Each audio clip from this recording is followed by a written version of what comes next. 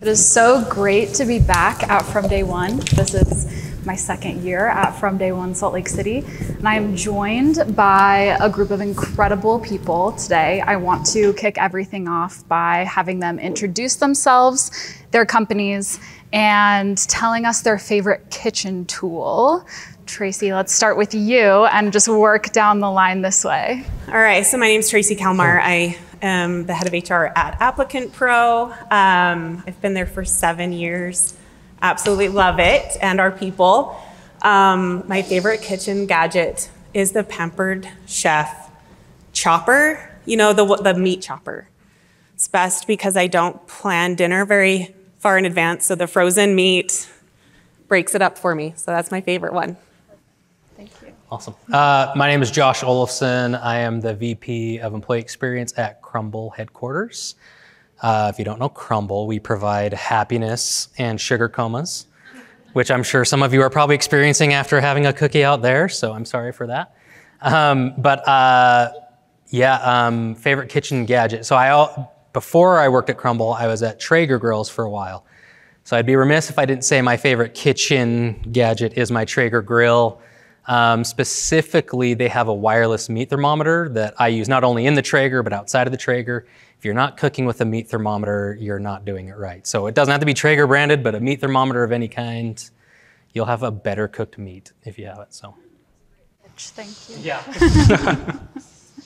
All right, my name is Brooke Shreeve, and I work at Weave, and I'm the Chief People Officer. And Weave is a communications platform for our customers to communicate with their patients. And my favorite gadget, where you don't need a meat thermometer, is the Ninja Foodie. So it's the trickery of all tricks because you can Instapot and air fry and all of that. So takes the guesswork out of it. So there's my pitch. Hey everyone, I'm Dan Kwong. I'm the Vice President of Talent and Culture for Woodward. If you're not familiar with Woodward, we're a global experiential action sports company. So think skiing and snowboarding and skateboarding and high risk, which is real fun because I oversee risk. But no, it's a great organization and growing really fast, lots of energy. My favorite kitchen utensil tool, cast iron pan. I'm gonna keep it simple. I had 10 others in my head, but it's reliable, it's dependable, right? And you can do a lot of things with it. Awesome.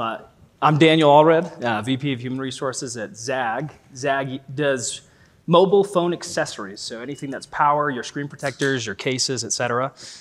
We do the best in the world, so it's very fun to be part of an awesome company that does some really cool things and is innovative and exciting, and every day is new. So my favorite kitchen gadget is probably gonna have to be the Instapot. Probably is not as up there as the Ninja Foodie. I love kitchen gadgets. My wife is sick of them. We have so many, and we'll have multiples of different things. Every new Instant Pot that comes out, I'll get a new version of it, and so then we have multiples, and she's trying to decide which one, and I do a lot of returns, so I'm very sorry, Amazon. But exactly, all the sizes, and try the new one, and if it's not better than the old one, then I'm not gonna keep it, so then we're gonna go back. But anyway, bad habit. But I'd say the Instant Pot because we do a lot of food prep, and you can take something straight frozen right out of the freezer and stick it right in, and it feels like you spent hours and hours getting that meal ready, even though you actually just pushed play and walked away. He knows all the hacks. I guess I have to say mine really quick. I was gonna say cast iron pan, but it's actually my chef's knife. If you are cutting with a dull knife, then you know that it doesn't work. So everybody sharpen their knives, get a nice knife. Let's get started on our discussion today. I know you guys have listened to a lot of panels, so I appreciate you sticking around. We're talking about purpose-driven workplaces. And I think it's clear that today's employees really want to work for companies that stand for something that they themselves as people value or believe in. So my question is, how do you ensure the mission and purpose of your company is not just a catchy slogan, but that it is actually resonating with employees at all levels of your company? Josh, would you like to go first? Oh, well, there you go, right off the bat.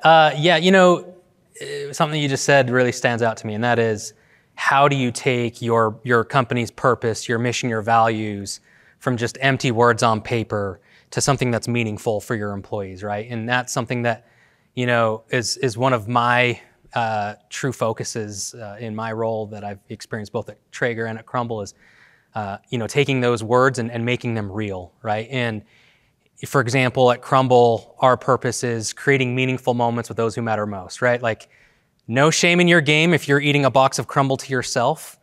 But I would say that's pretty rare, right? Oftentimes you get a box of Crumbl, you're sharing it with friends, or you're sending it to somebody, and it really is creating that special moment for somebody. Our mission is to make or bringing people together around the box of the best cookies in the world. And so how do we make that real to our employees, and how do we get them to buy into the importance of the purpose and the mission statement? And what we found is we have to make those purpose statements and mission statements an action word. And so we find opportunities to have our employees feel an impact of meaningful moments or of bringing people together around a box of our cookies. And for example, in Utah last year, we had a massive snowstorm one day, pretty much shut down the state.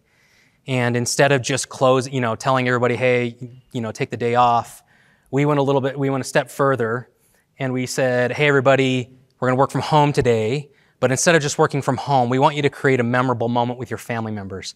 We're gonna do a snowman building contest. You're gonna build a snowman with your family members, and you're gonna submit your snowman on Slack. The best overall snowman gets $1,000. Like, we really went for it with this snowman building contest. And because we wanted our employees to really feel how powerful that moment is when you create a moment with somebody, so that when they're trying to, within their role and within their work every day, they can see, if I can do this a little bit better, that creates a meaningful moment for our customers, they understand the power of our purpose. They understand the power of our mission.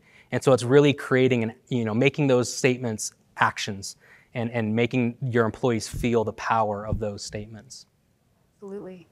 Does anybody else have any comments on? Yes, I can go. So I think for us at Weave, we're about taking care of our customers so they can then go take care of our patients. And it's every interaction, it's every time, and it's the importance of that.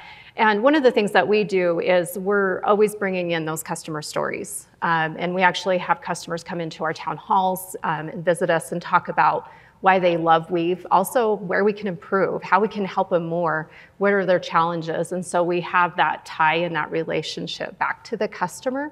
And also thinking about how do we cloak ourselves in the identity of the customer so we know that they want to care for their patients. So what is the work that we can do to make that where they don't have to worry about the business side because we got that for them and they can care for our patients. So it's really tying that in. I'd also add in core values as a component of that too, making sure that they can see that the work that they're doing is aligned with our core values and also our purpose and our vision. Perfect. Yeah, Tracie. I think just to play on that core value thing, I love our core values and sometimes they're unique. But especially as we grow and we scale and we bring on a lot of new employees, they need to be able to see what those core values look like and what they do every day. So one of the things we try to do is, if we're going to recognize someone for a core value, we say, hey, Sarah did this, and she emulated problem solving, and we give them a shout out, base it on that. And then our people can say, oh, that's what being authentically likable or being humble or being hungry looks like, a different type of hungry. Yes, yeah. Because then they can say, that's what that looks like. And if I can see it, then I can emulate it, I can repeat it, and I can also improve at it. So that, I really like that core value piece. Yeah, I love that. As well, just building off of my colleagues here, I think it starts from even before they're hired, right? It starts with how you talk about your company, the stories that you share and tell. Yes, on a careers website, how an interview experience is designed or not designed. I mean, all those little cues add up. And even without telling that individual what the mission is or what the values are, they should be able to feel it.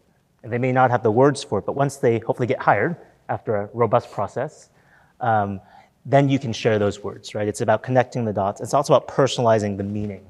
A lot of times, and I love inspirational posters. I really, really do. I have a few in storage, which I'll save for later. But beyond what it means on the poster, how do you help people reflect on and personalize and individualize what it means to you? And it starts with you as the team leader. If you don't personalize it, then then it's very, very hard to make it matter and to make it stick. So I think those things are important as well. Great, thank you. Anything to add? You don't have to. I'm going to jump sure, right to I'll you jump next, in. if not. You gave an invitation. I think, you know, there are companies that do this really well, and there's companies that struggle with this. We're all at our own point in the progression towards how we're making these meaningful for each employee. And I also think that every employee feels differently. Some might resonate very, very well with certain values, and others may not. And you know, that starts all the way from the top to the bottom. And so what I would say is it starts with alignment. You can't be enforcing or recognizing or hiring for values that the executive team and the senior leadership of the company really doesn't believe in or doesn't support. And so it's starting with that, and it's working your way down. And within there, everybody's motivated by different things. Some people really care about values, and some people just don't, and that's okay. But finding those people who really are going to resonate behind what it is, that's part of our work in HR, is as we're going through the recruiting process, communicating those openly and transparently so people can understand, and then we can have a larger section of our workforce that does resonate with that. So it's a process, and I think that's the thing I'd say is you can't tomorrow put in place, you know, corporate values that are going to get you exactly where you want to be. But you do have to take steps today to get alignment behind, starting at the top with the senior executives and starting, you know, with our managers and those who are on the front lines who are feeling and living and breathing this. Moving that along, I think we just have to recognize that it's okay wherever we are if we're making progress towards those things and the end goal, the beautiful vision of what we hope to become. That's perfect, Daniel. And actually something that you said leads right into my next question, which is about how the rise of remote work and hybrid work, which is something I'm sure maybe has been touched on a lot today. I think it's really highlighted that employee needs are not always one size fits all. And I'm curious to hear whether you guys think it's okay to tailor specific needs to specific employees. Dan, Kwong, would you like to take that first? Yeah, so yes, it's okay. Next question. Sorry, long day for everyone. You know, I don't know if I'll ever see the day where we have robots or AI shoveling, so I'm in the ski industry, right? Shoveling snow and loading lifts, but maybe in my generation. Yes, it's okay. I think many of us know that many companies, including ours, were forced to accelerate conversations around the way of working, right? Just because of, you know, the situation which we remember from 4 years ago, 3.5 years ago. And so it is okay. But I think when we think about engagement, when we think about helping to address the needs of how people find purpose, that's different for everyone. It's different for all six of us on the stage, certainly here. And so, you know, when we think about it, Heather said this morning, there are 5 generations, at least, probably 5 generations of people in the workforce. Holy cow, that's exciting. It might be complicated for many of us in the room, but what is the opportunity there? The opportunity is knowing your people. We are the people, so let's start with who are our people? What do they care about? What are their needs? What are their values? How do they like to work? And it's not just strictly a generational thing. You have different preferences within the generations. You have different preferences within different industries, like all of us are in now. And so, you know, I think that starts there. I'm really excited to see, at least in my circles, there seems to be a lot more openness to looking at the way of working. So designing what work looks like in any of our industries and having variety and diversity there. I think that's important. We're looking for more diversity in a workforce. Diversity also means bringing in people who work differently and have different needs. So how do we do that? I have 3 simple rules and 22 slides. I don't, just kidding. I wasn't allowed to bring slides.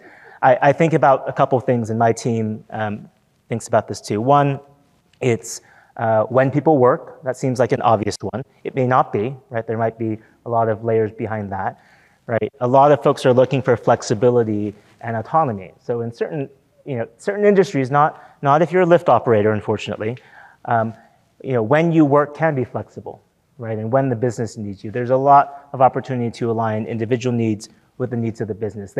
They can coexist. I believe in it, and I've seen it in many of the circles. So when people work, where people work, again, not as easy depending on the task or the role, but where people work, there's opportunity there, right? Depending on what you're trying to accomplish, the environment we're trying to build for employees, there's some give there. It does not have to be 9 to 5 behind a desk, and especially if you're in HR, you probably shouldn't be behind a desk to really engage and relate with folks.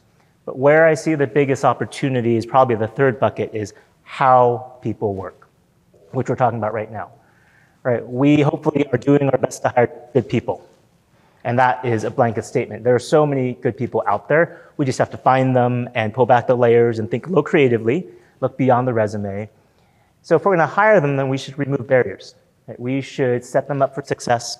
We should bring them on board about the mission, get them inspired about the purpose, set the boundaries about here's your role, here's how you add value, here's how you connect, and what do you need from us to be successful?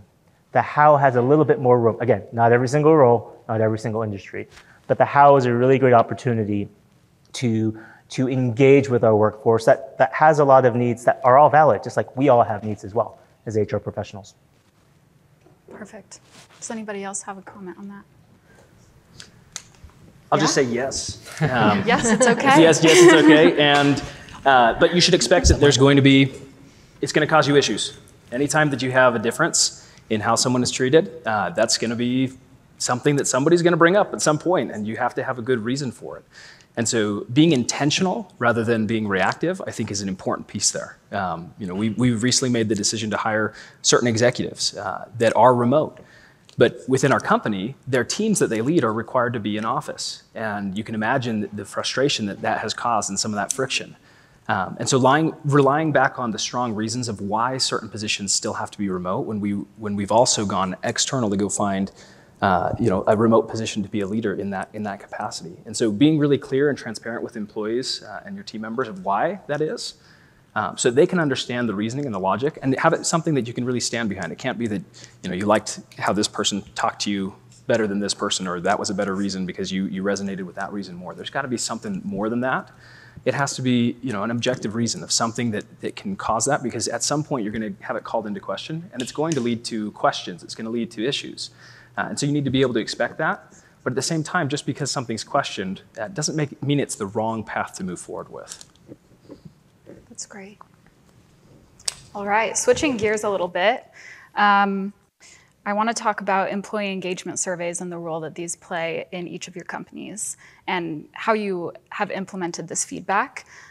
Brooke, would you like to talk about that a little bit? I'll start. So being at Weave, as I was joining, we were going through the transition, which I think many tech companies go through, as founders leave, new CEO, new leadership. It was also during the Great Resignation time, so a lot of people had left. We now had a new workforce, not everybody, but a good chunk. And so for us, it was, we need to know what's going on in the organization and how we can be better. And so we implemented an engagement survey for our organization. And I think it's the best starting point, and it's not the solve-all be-all of just the one thing you do to listen, but it's a great tool to help in that listening mode, right? There's a lot of other things that you can do, but I think an engagement survey is a really good start. I think there's, previously it was just EMPS. Was a survey point. But what we did is we combined it with a full engagement survey with a lot of questions, but also a couple open-ended questions as well. So we kept it, again, when I say a lot of questions, we're not talking like 3 hours, we're talking like 10, 15 minutes of survey. So, but it was really important to take all that data and soak it in and really understand what it was saying. And it was interesting because when we went to the C team, it was like, whoa, this isn't right. This isn't how it is. And it was like, we need to listen. So, but after that, they had to soak it in, and they started listening, and then they're like, you know what, this is so important. We need to do something. But when it comes to engagement surveys, you have to act. If you're not going to act and it's not going to start from the leadership team, do not do it. Because you will frustrate people more and more, because they're like, well, we take surveys and nothing gets done. I hear that all the time.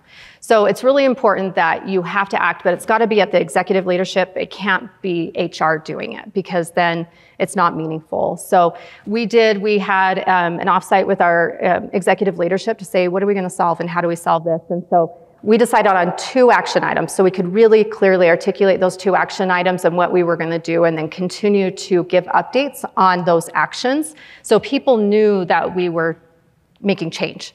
And it has made a huge difference. And I'll talk a little bit about our strategy on a page in a minute, but it really helped identify like our identity and realizing that we were through crisis and people wanted to know who is Weave and what are we standing for and why are we here? And without that engagement survey, I think we could have been still spinning a little bit. And so that really has helped make a huge impact on our company. So I'll kind of stop there. That's perfect, yeah.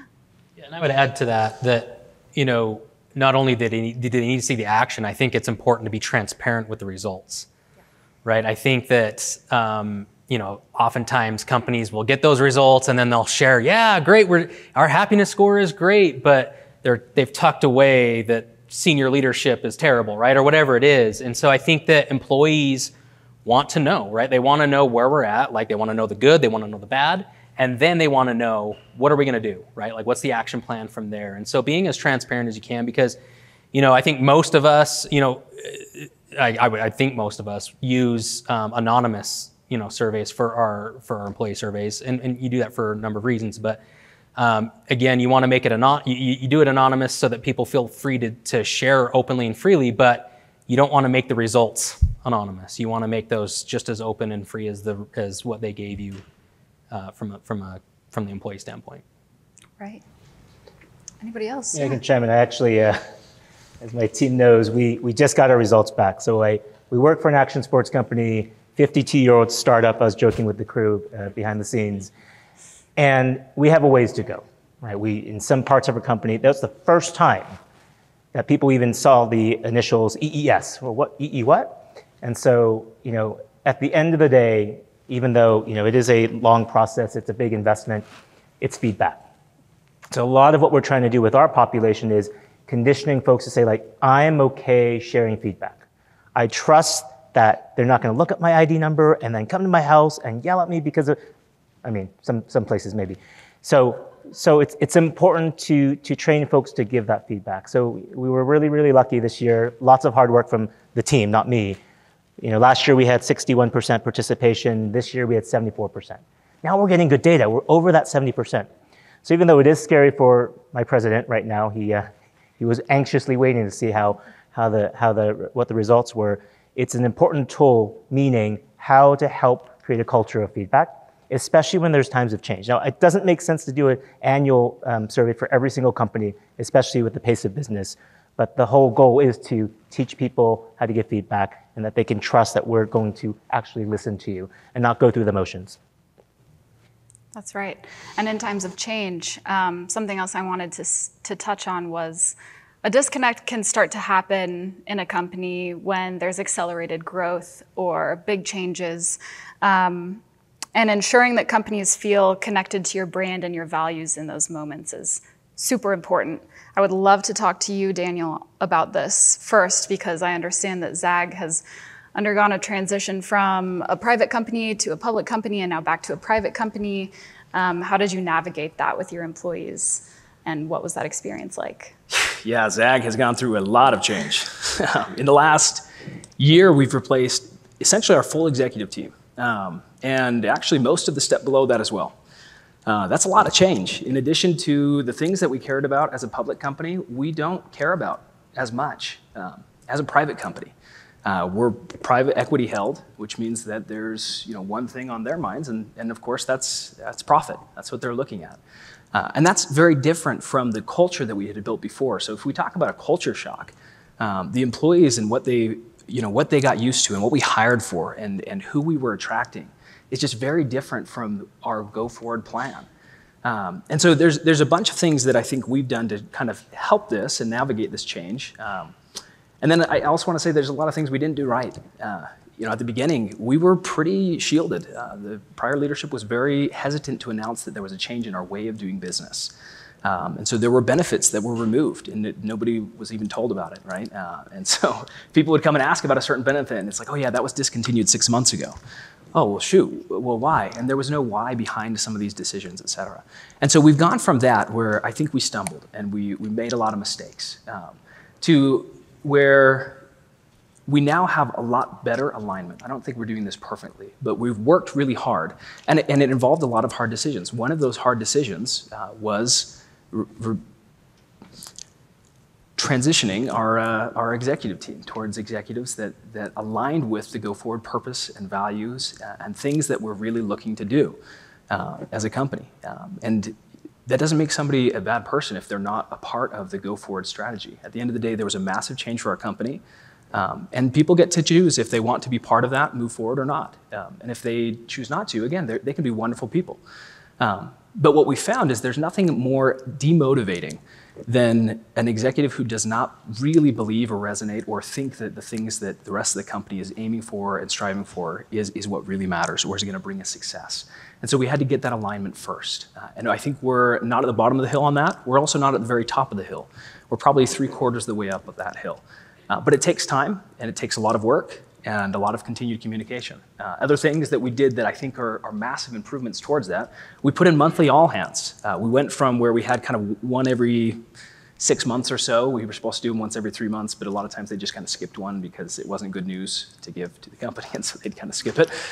To where we went monthly, and we put on the screen every single month exactly what we're tracking towards, how our financials of the business were. We were very open and transparent about the hurdles we were facing, where we fell on our faces, and where we succeeded.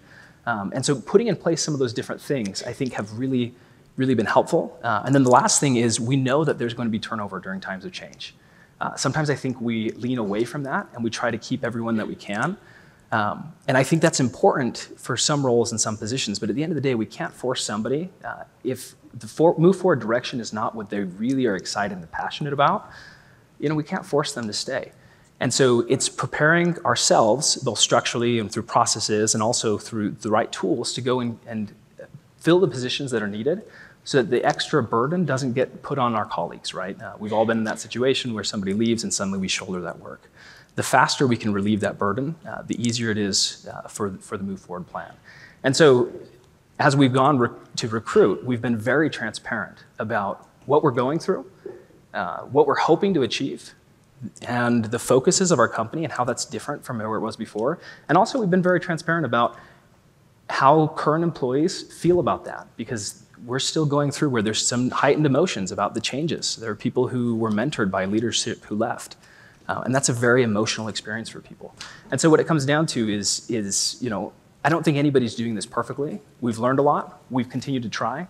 But increased communication through both our current employees and also those employees who are coming in has really helped us, as well as getting that executive alignment. And again, it starts with the senior leadership. If they're not aligned, if we're not part of that discussion, then we need to both insert ourselves into that discussion and force the discussion to happen so that there's real alignment. And I found that that's not a 2-month process. Sometimes that takes place over a year. And so acknowledging that and continuing to push forward, even when it gets hard and discouraging, I think that's what's really going to make the biggest difference at us for ZAGG. And I think we're starting to see some massive improvements in that area. That's great. Yeah, I actually am going to go to Josh first really quick and then Brooke. Josh, I just saw that Crumbl was listed #2 on Entrepreneur Magazine's list of fastest growing franchises in US and Canada. Yep. Congratulations. Yep, so speaking of accelerated growth, Yeah. I would love for you to speak on this. Yeah, Crumbl's a wild ride. And the craziest part about Crumbl is they started in 2017. So had one store in 2017. We now have over 1,000 in the US and Canada. We're about to go into Europe and Asia. It's crazy. One thing I wanted to say about Dan, one thing that I've appreciated about you in the short time we've interacted is Dan isn't afraid to talk about his failures or his team failures, right? And I think that's where change is, that's at the heart of why change is so hard, is people are afraid that if things change, they're going to fail. Right? And how we as leaders approach change and how we approach failure, it can really help mitigate the pain points of change, right? If there's a process that we as leadership change inside of the organization, if it's something that we're changing because we as leaders made a mistake on, we need to own it. We need to say, we're changing direction on this because we made the mistake. And when you open yourself up as a leader and you're willing to share your failures, then your employees are going to be less against change because they're not going to be as afraid to fail themselves. And so I think having a little bit of that ownership as you and your organization change can really help, push change along. That's very poignant. Brooke? Yeah, I mentioned a minute ago about just strategy and making sure that our people know where we're headed. So when we did our first engagement survey, we realized like we had an identity crisis and who we were, what we were working on, what were our priorities, what verticals were we supporting. And so we built out our strategy. It was the first time we'd actually done it. And again, startup, we're not always perfect, right? As you know, some companies may be bigger and doing the right things, but we actually sat down and said, okay, who are we? What are we going to do? What are we focused on? What are we not focused on? Where are we headed? What verticals are we going to support? And then what we did is we put that on, we call it a strategy on a page. And on that page, it talks about, here are our core values. Here's our vision. Here's our purpose. And these are the things we're focused on. Revenue, operations, people, talent development, DEI, right? So, but it's not like this huge list. It's very specific. And it was amazing when we rolled that out. You know, of course, we started out with the company meeting, right? This is what we're doing. This is where we're headed. This is the why we're doing these things. But then beyond that, it was the continual updates. What have we accomplished? What did we do? And again, this was part of our action plan as part of our engagement survey, but also it put everybody in the ship rowing in the same direction. And that is huge. If you can get everybody rowing in the same direction instead of spinning, which we had been doing, it's amazing what happens and the needle gets moved. And you know, I can say this because we've done our earnings call. We had a great year. And so but now we've done a 3-year strategy and we know where we're headed for the next 3 years. And we've done that same thing. Again, this year, strategy on the page. And we literally have it printed out and it's on every single conference room table. It's been emailed to all of our remote employees.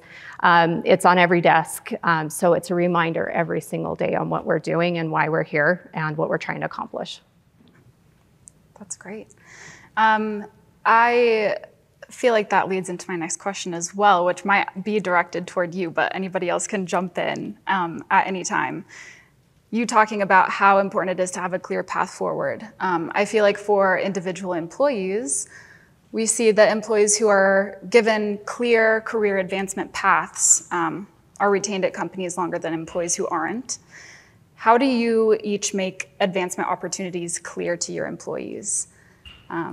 Brooke, would you like to start or would somebody else want to comment on that? I can jump in and I'll make it quick so others can talk so I'm not doing all the talking. But so we're not good at this, by the way. Like this is something we need to work on. But going back to the engagement survey, we heard people, now that the Great Resignation is over, why do I stay here and how do I grow? Because I want to stay here, but I also want to grow at Weave. And so we have been working on a program and we actually just launched it this year. And whether it works or not, we're going to test it, we're going to try it and see how it goes and we'll continue to refine, but it's Weave Grows.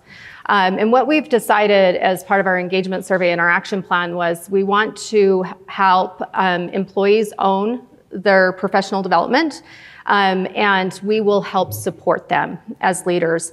But we knew that this was a new concept for our whole entire organization. So we've developed individual development plans. You may have heard them as IDPs. We've built training content for both individuals as well as leaders. Leaders, how do you go have these conversations?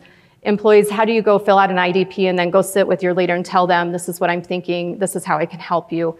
And then we also launched a reimbursement program to help with professional development so they can do some skill building, but also looking at the 3 E's and really helping them understand that it's, you know, experiences, exposure, and education. And so how can we foster that? So it is a new journey for us at Weave, but I'm really excited about it. But it is a beginning stage discussion that people aren't used to, but they're wanting it. So we're hoping we at least give in some tools and the foundations, and then we'll build from there. That's great. Yeah, Tracie. One of the things that I love about ApplicantPro, and I feel like the growth starts really before you hire them. And my favorite demographic to hire right now tends to be women returning to the workforce after a break to raise their family or to go to college or do something, pursue a business or whatever, and they think, oh, I have a gap. But one of the things I talk about in pretty much every interview is that there's no doors closed to ApplicantPro. And I can tell you sincerely that in every department of ApplicantPro, we have someone who started in support. And whether that's sales or product management or whatever, And so by recognizing those moves as they happen, you're showing, hey, this is possible, and you can go get it too. So we post our internal jobs. We're an applicant tracking system software. And so, our employees get an email every Monday with open opportunities, but also just I do updates like every other week is pretty much what I do for movement. Like this person's moving over here and this person's moving over here. And it happens a lot. So we're not as like refined as what you're doing at Weave, but I love talking about it and talking about it from the interview phase. And what I think I love most is that I'm not a liar, that I can actually say I see it happening and it's real for the right people who come in, who are culture fit, who put in your 3 E's that Brooke talked about, get the experience, and look for something new. The door's open for them. And we're not perfect. So I want to remind them, this is new to us. So this is new landscape. So talk to me in a year and I'll tell you how it went. Nobody's perfect. Yeah. I would say too, like one of the tools I think that is most often overlooked in our space is effective one-on-ones.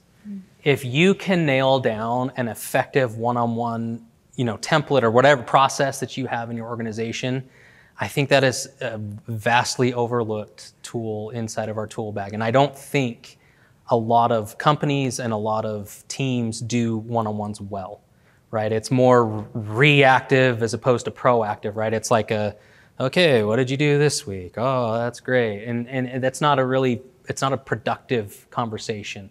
But if you have an effective one-on-one process in place, that you can have those conversations about like your development and what are some pain points that you're feeling right now in your role, and what are some of your solutions, and finding, being a little bit more proactive in that conversation can really help when it comes down the line.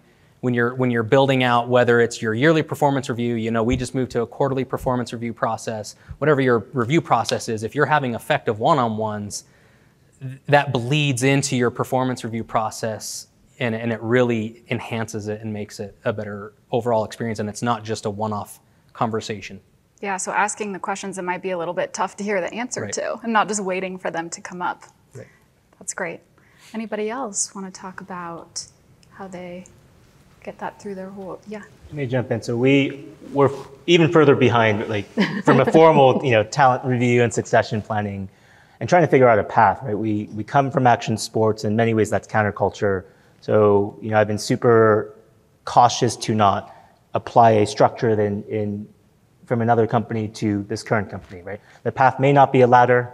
It may not even be up and down and sideways. And so, in lieu of that, or for now, we will need a path at some point, career pathing. Having conversations. So Josh made me think of this with one-on-ones. I'm going to pick on my friend from Park City. We have a Woodward Park City, a beautiful facility up by the freeway, and a really great leader there, a general manager named Gar. Wonderful individual. He comes from ski racing and coaching, and a big part of the interview process was making sure we are bringing leaders who are fostering a culture of progression. Right? We are sport coaches, so we should be really good. We're not yet. We should be really good at growing and coaching our own staff, our own team members. Gar and Linda, who may or may not be sitting there, leads HR for us there, they walk around and they talk to people about what do they want to learn, where do they want to grow. Now, there may not be a path, but that's a fundamental. Having a conversation to understand what does growth mean. Growth does not always mean a promotion. More money, more problems, by the way, right? Thank you. There are opportunities to even start in the dialogue of people thinking about, right, working at a ski resort. No, it is actually a career. 20 years later, I tell my parents, it is still a career. There is growth, but it starts with that one-on-one conversation. It starts with leaders role modeling those behaviors and starting simple. And then we'll build the structures and constructs and frameworks and all the fancy programs soon, hopefully. We'll get there. But yeah, it starts with that. Great, yeah, Daniel. Just really quick, being open about what you are and what you aren't. We aren't Boeing. That's not the size of my company. And we can't provide an infinite growth path for everyone. And so our top talent at some point will likely leave us. And that's coming to grips with that understanding that at some point, the best person in marketing is probably going to cap out on where they can reasonably grow within the time frame that they're hoping for. And we have to have some sort of a plan in place for what we do with that. But that doesn't mean that everybody's going to have no growth, and that doesn't mean that everybody's going to have a perfect linear path like many have shared, but also being clear with employees that we can't offer that. And that's okay. That doesn't mean that we can't have a great company culture, and that doesn't mean that we can't do some amazing things and we can't help prepare them for their next step. What I always tell my team, and I tell team members who meet with us, is we hope that the first day when employees walk in, that their first thing is, wow, what a great company. And their last thing when they walk out the door, whatever that time frame was, is, wow, what a great company. And, if we lay someone off or if we have to terminate them because of performance, they may not feel that, but and as a general rule, right? And that time in between, what we hope for is that it was very valuable for us and it was extremely valuable for them to prepare them for whatever that next step is, so that if they go, they're growing rather than having to take a lateral move outside of our company because of the great things that we've done. And I would hope that ZAGG becomes a place where people are like, wow, you really want to hire from ZAGG? Because the people that come out of that are fantastic. Yeah, Brooke. Can I just add one more thing? When we built Weave Grows, because we also don't have linear paths, like some roles like engineers, it is there naturally, and we have clear, like, what are the roles that they can go into, but most roles, they really don't. And so when we built this program, we were very careful not to use the word career, because we didn't want them to use it against us of like, well, you promised me a career, and where's my career? And so it really is enhanced on professional development in your role at Weave. And so that way, and we're really trying to get focused on like, how can you just grow, skill development and upskilling and growth, and that will lead and progress to other things. But we don't, and we've taught in our training, we don't want you to go to your manager and say, where's my promotion? Like, we've been teaching them not to go say that, because it's really the meaningful conversations through the one-on-ones, and about our professional growth is where we should be having conversations. And so that's really that step progression we've not identified, and probably won't actually in most of our roles. Right. We have just a couple of minutes left. Does anybody else have anything on that note, or maybe other ideas that frameworks they use to keep top performers engaged in their companies and maybe not leave for as long as possible? Yeah. I'll share one thing. We found through talking to our employees and a bunch of different conversations, didn't come through an engagement survey, but it came through the other feedback loops that we have in place, that managers felt that they had nothing they could do to reward or recognize their team members in that moment. All of our programs, as we took a look at it, they were all tenure-based. We had some awesome programs that give you a travel credit at 5 years and at 10 years. But if you were a top performer year 2, all the manager could say was, great work on that project. I know you bent over backwards. You worked 6 weekends in a row just to make this go, and not because I asked you, but because you just really wanted to see it successful. Good job, pat on the back. I'll remember you when it comes time for merit increases, and I will remember you maybe if it comes time to bonuses, right? And when they'd get to that conversation, suddenly that was 6 months ago. And so that's not fresh on managers' minds, et cetera. And it's not fresh on employees' minds. So we put in place very simple. It's a gift card program. We call it the ZAGG Champion Awards. It didn't have to be complex. It's a little card that you can physically or digitally write to say, hey, good job, thanks for this. And by the way, here's $50 to go take your family out to whatever restaurant of your choosing. We made them experience-based rewards rather than just like an Amazon gift card, because that gets forgotten very quickly. But if you can turn it to something that's experience-based, then when they're sitting around the table with their family at the restaurant that they're at, now suddenly they're thinking, wow, I got this because I worked so hard on this project, and making that connection for them. And again, it doesn't happen perfectly in practice every time, but that's one of the programs we put in place. It's super simple. It's not like we've reinvented the wheel there, but putting that in place. And then the unfortunate thing is we had to look at some of our tenure-based programs, and we removed some of those to put into a bunch of other programs that are performance-based, so that at year 2 and 3, we can reward performance rather than telling a high performer to wait around till years 5, 10, 15, 20, which we know that most high performers won't do. That's perfect. We're actually out of time. Is it really quick? Is it one sentence? Nope, okay. Nope. Very long-winded. And fall asleep, so I'll just. Sorry about that, Josh. You're good. But thank you guys so much for all of the very actionable insights that you shared. And thank you guys for still being here.